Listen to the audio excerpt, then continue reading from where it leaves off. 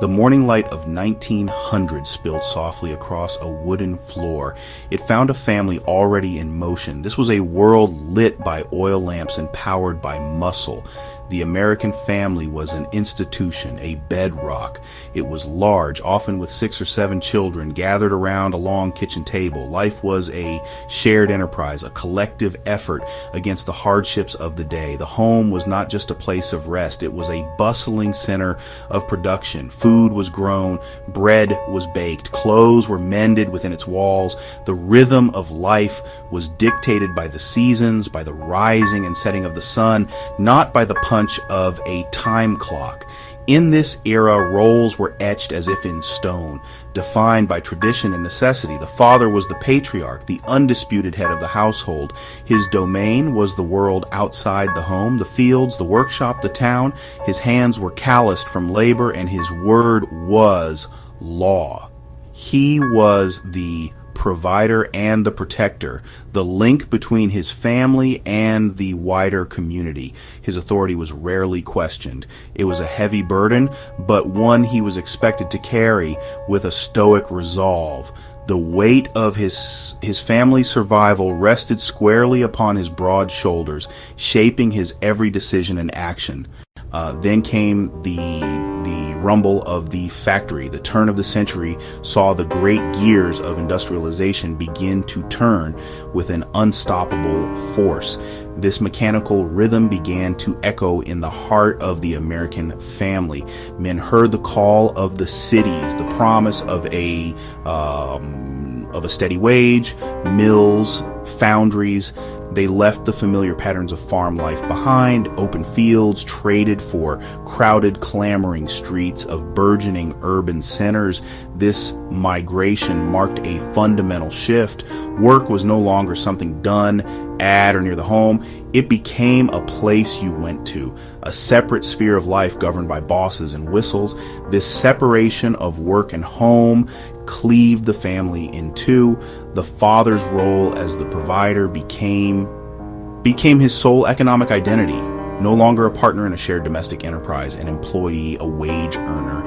His days were spent away from his children, his labor invisible to them. The home transformed into a place of consumption rather than production, a sanctuary, a refuge from the harsh, impersonal world of industrial capitalism. This created a starker division, the public world of men, the private world of women. The Roaring Twenties had been a brief, dizzying dance of prosperity for some, but the music stopped with a crash in 1929. The Great Depression descended like a long, hard winter upon the American family.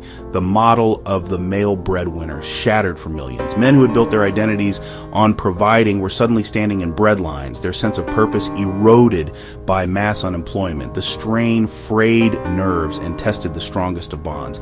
The father's authority was undermined by his inability to put food on the table. Women and children were forced into new, often desperate roles. Seamstresses, laundresses, domestic servants paid pitiful wages. Their earnings were a lifeline.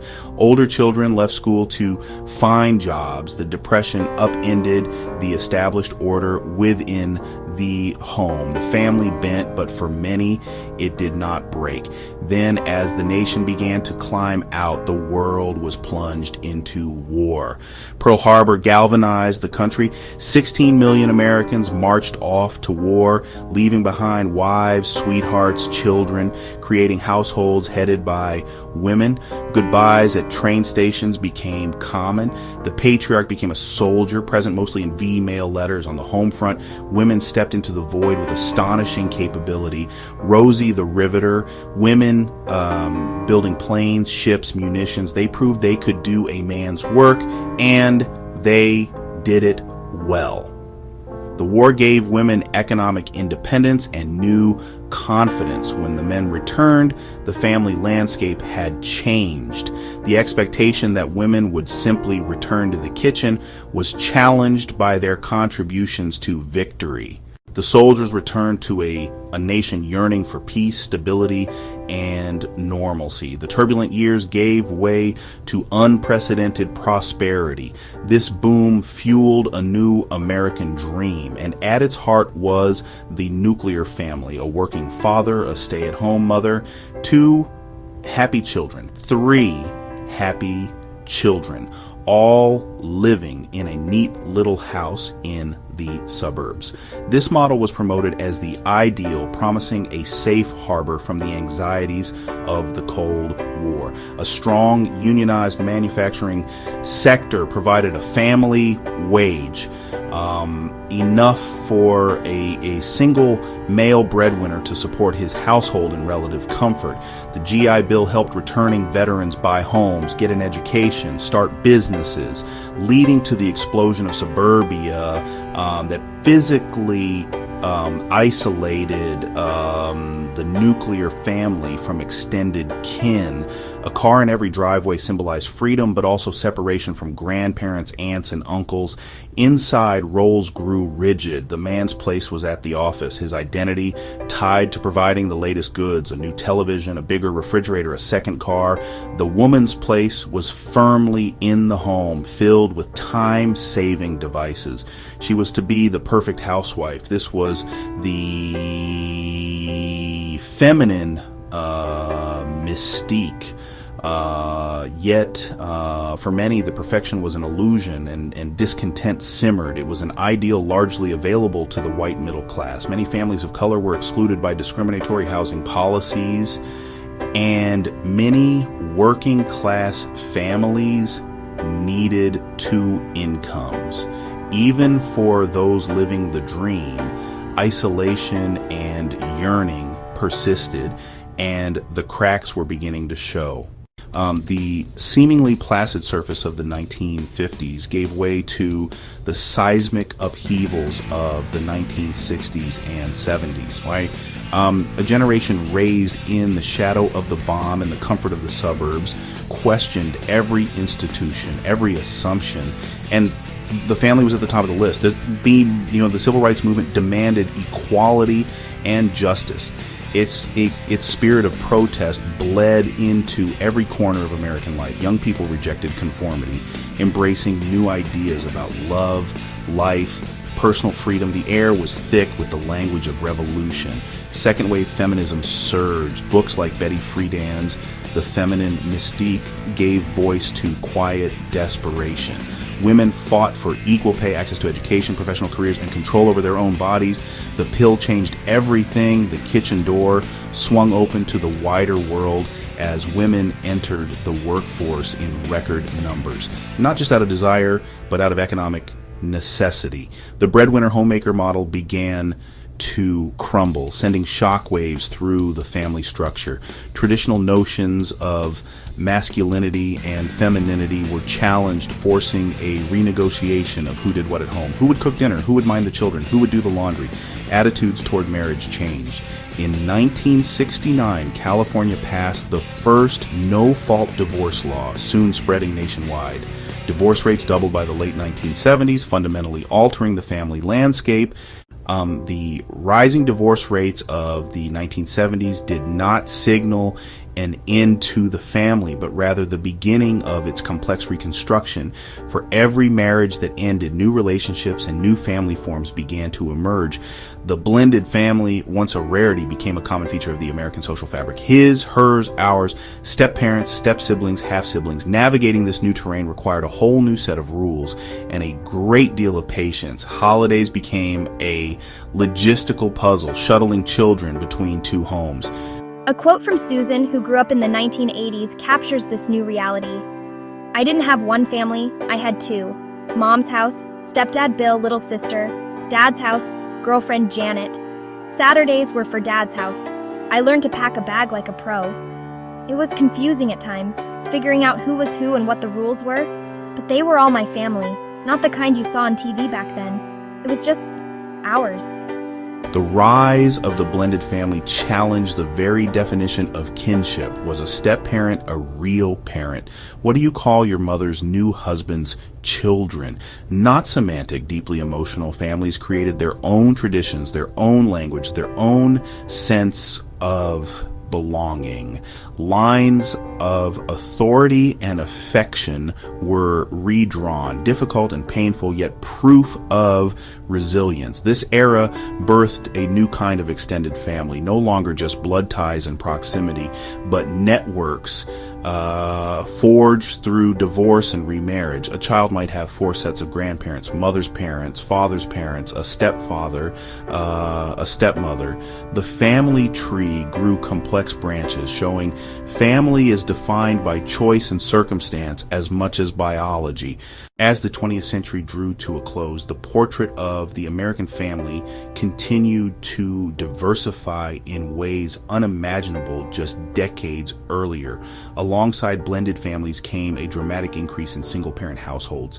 Single parenthood had always existed, often from spouse's death, but increasingly sprang from divorce or choosing to have children outside marriage. The stigma around unwed mothers faded, replaced by recognition that a loving home could be provided by one parent as well as 2.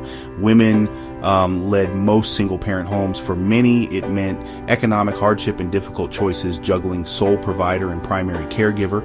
It was the hardest thing I've ever done, a single mother from the 1990s might say. Working all day, coming home to make dinner, help with homework, pay the bills all by myself. There were times I thought I couldn't do it, but my kids and I, we were a team. We relied on each other. It made us strong. Simultaneously, another quiet revolution. For decades, gay and lesbian couples built families in the shadows. As LGBTQ plus rights gained momentum, these families stepped into the light, fighting to adopt for legal recognition and for the dignity of being seen as the families they already were. By the dawn of the 21st century, the American family was a kaleidoscope. Nuclear was one option among many. Single parents by choice, grandparents raising grandchildren, committed couples without children, same-sex couples forming families through adoption and surrogacy. Each of these structures represented a valid and loving way to form a family. The old singular ideal shattered, replaced by a mosaic of households, each built on its own foundation of love and connection. Today, on this day in 2025, if you ask someone to draw the American family, you would get 1,000 different images, and every single one would be correct. The single dominant model is a relic. The most accurate description today is that there is no single description. It's a rich tapestry of countless threads. It is multiracial, multi-generational, multi-structured, fluid, and ever-changing, a testament to evolving values and circumstances.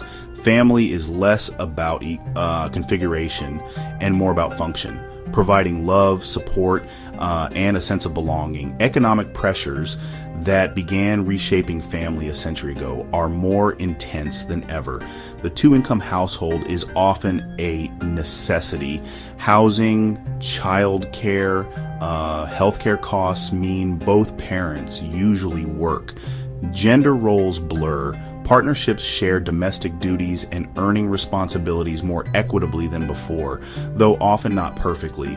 Technology keeps scattered families close. Video calls, group chats, shared moments, and recipes, creating a networked family that transcends geography. Legal marriage is an option for all couples. Blended families, single-parent households, adoptive families are integral. Chosen families of friends provide support once expected only from blood. The modern family is defined by love, commitment, and mutual support, more diverse, complex, and honest than ever. It is simply and beautifully us. What will the American family look like in another 100 years? To predict the future is a fool's errand, but looking at the tracks we've left shows the path ahead. Trends point toward greater diversity and fluidity. The typical family will likely fade. Expect a wider array of structures driven by individual choice, economic realities, and technological advancements. The family will move from rigid institution to flexible, personalized networks of support. Lines between friend and family will blur. More will delay marriage or remain single. Mobility will scatter. Relatives, chosen families will grow central. Close friends, neighbors, mentors. These networks will offer the support extended families once did.